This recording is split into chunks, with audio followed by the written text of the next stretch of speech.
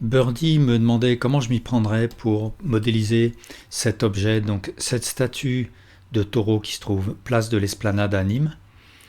Et d'abord, il faut trouver une série de photos qui présentent correctement la forme de mon objet.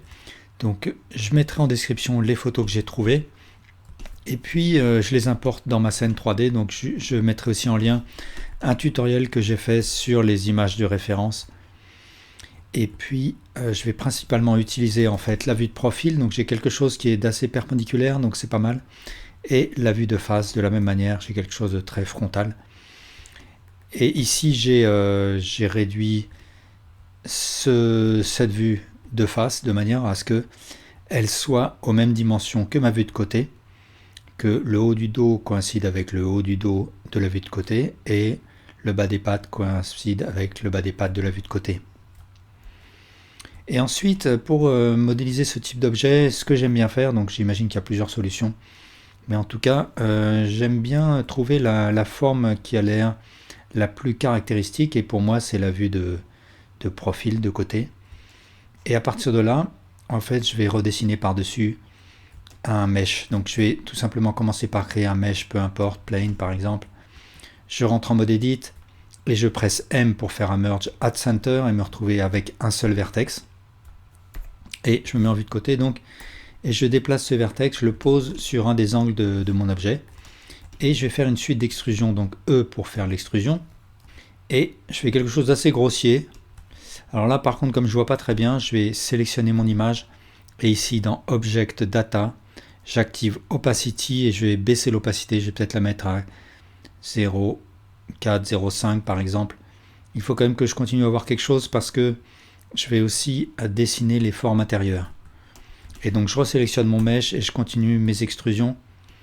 Je ne vais pas prendre tout ce qui est excroissance, donc je ne vais pas prendre la queue par exemple, mais je continue comme ça, les pattes.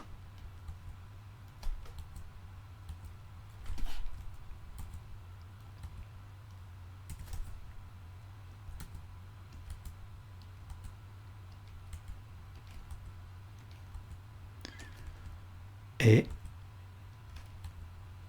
je continue.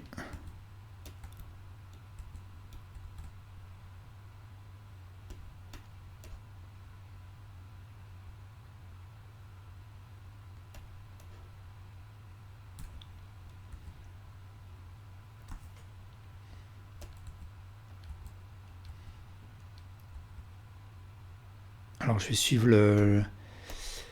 suivre le tracé de la tête aussi.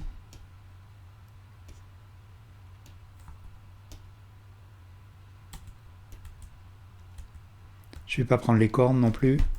Et puis une fois que je peux joindre le dernier vertex et le premier, je presse F pour créer l'edge. Et ensuite je sélectionne tout, je presse F pour remplir. Je presse Alt Z pour voir en transparence. Si ma transparence n'est pas suffisante, je peux aller dans le panneau Viewport Shading, et là j'ai une valeur X-Ray que je peux varier. Donc je peux mettre la valeur X-Ray à 0,2 pour avoir quelque chose d'encore plus transparent. Et je vais pouvoir tracer les formes intérieures. Donc je vais utiliser le couteau, donc K pour activer. Et là je commence à couper.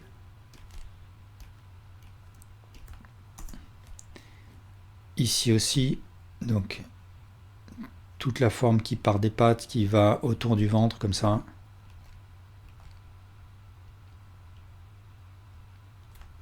Enter pour valider. Là, autour de la tête, j'ai une forme qui fait comme ça. Alors si je vois pas assez bien, je peux augmenter à nouveau l'opacité. Donc là, je vais créer cette courbe-là. CTRL X si je veux dissoudre un vertex. Il faut que je crée aussi quelques verticales, donc toujours avec le couteau K. Ici, je vais couper la patte. Peut-être comme ça. Hop.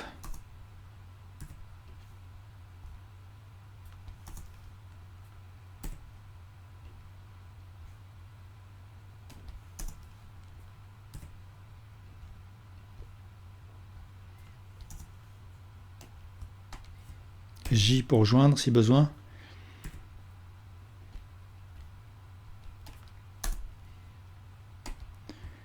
Là, je vais dissoudre avec CTRL X.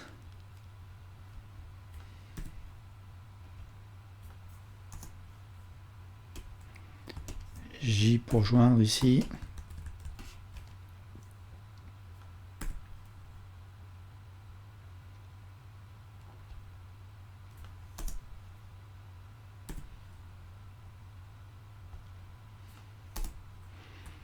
Bon, mais je fais quelque chose d'assez grossier et je pourrai toujours revenir dessus plus tard. Alors ensuite, je vais me mettre en vue de face et je vais tout sélectionner et décaler mes vertices de manière à ce qu'ils coïncident avec le flanc de mon taureau. Et je vais faire une extrusion, donc E, et par défaut, ça va se faire sur X. Et ensuite, je vais désélectionner les pattes. Donc, je vais me mettre en mode de sélection de vertices, par exemple. Je désélectionne tous les vertices du bas des pattes. Je me remets en vue de face là et je fais à nouveau E. Et je vais créer ici dans le panneau des modificateurs un modificateur mirror. Donc, ce qui va me créer une image miroir de mon mesh. Donc, bien sûr, le mirror il va se faire par rapport à la position de l'origine de notre objet. Donc il faut veiller à ce que l'origine soit au bon endroit. Et je vais activer l'option clipping de manière à ce que les vertices cognent l'un contre l'autre quand ils arrivent le long de l'axe de symétrie. Et ensuite je presse X Delete Faces de manière à ce que toutes les faces internes disparaissent. Parce que je ne veux pas de face à l'intérieur de mon objet. Ensuite je vais mettre en vue de face, Alt Z pour revenir en transparence. Et puis là, je vais commencer à déplacer les vertices de manière à suivre la silhouette, mais cette fois-ci de face. Alors peut-être qu'il faut que je réduise très légèrement mon image pour que ça coïncide mieux. Et je décale ces vertices de manière à ce que on ait quelque chose qui suive vraiment ce que je vois. Là, la patte un peu plus comme ça. Donc là, il faut peut-être que je descende un petit peu mon objet.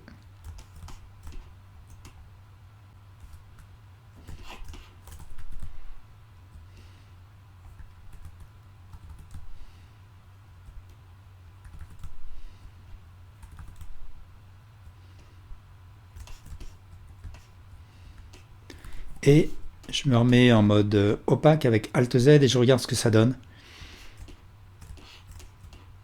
Et c'est là que les vues de 3/4 peuvent être utiles parce que, par exemple, je vois cette face qui suit tout du long. Et il faut que je retrouve ça. Donc, je vais sélectionner toute cette partie haute et la tirer comme ça. Et par contre, cette partie-là, hop, je la ramène un petit peu comme ça. Pour ce qui est de la face, il faut que je tire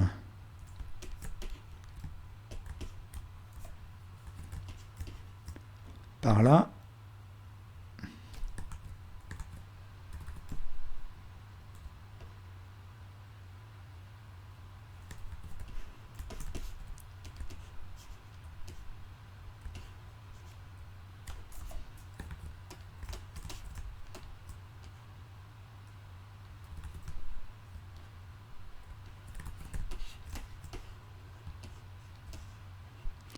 Et puis de la même manière, le ventre, là, comme ça, il va falloir que je sélectionne tous les vertices du bas et que je les pousse aussi, comme ça.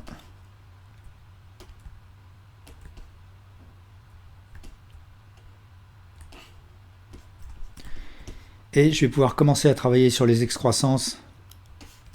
Donc par exemple, je sélectionne cette face, je me mets en vue de côté et puis je peux faire la queue avec une série d'extrusions là aussi.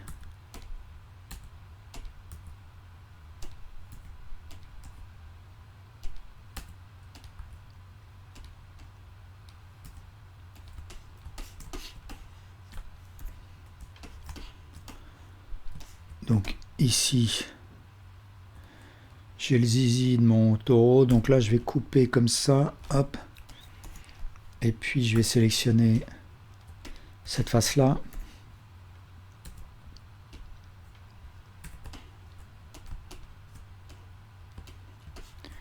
Ici j'ai le bas du ventre comme ça qui vient comme ça, hop. J'ai aussi les cornes, donc il va falloir que je crée de la topologie supplémentaire, donc K pour couper. Hop, je vais couper quelque chose de plutôt horizontal comme ça. Et je vais sélectionner cette face. Je vais mettre en vue de dessus peut-être. Et puis, hop. Une rotation et puis une extrusion. Donc là, c'est un peu plus compliqué puisque j'ai pas de vue de dessus. Mais je vais faire quelque chose d'approximatif.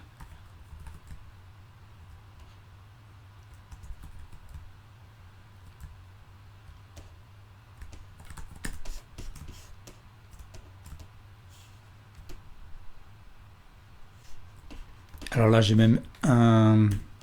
Je peux donner ici un coup de couteau et puis je vais sélectionner tous ces vertices là et les ramener comme ça va faire une espèce de front comme je le vois là.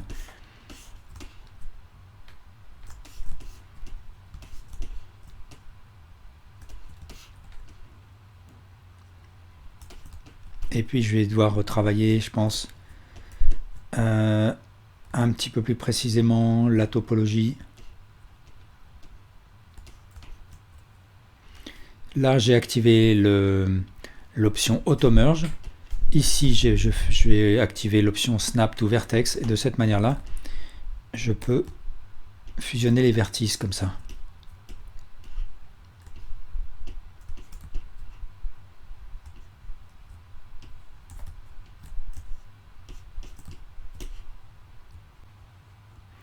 Là je peux peut-être affiner cette partie là, donc je vais devoir couper comme ça là, hop.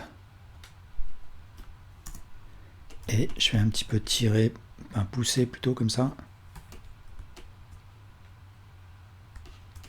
Et bien sûr, après, je continue à travailler la topologie pour aller plus dans les détails, pour faire quelque chose de propre aussi.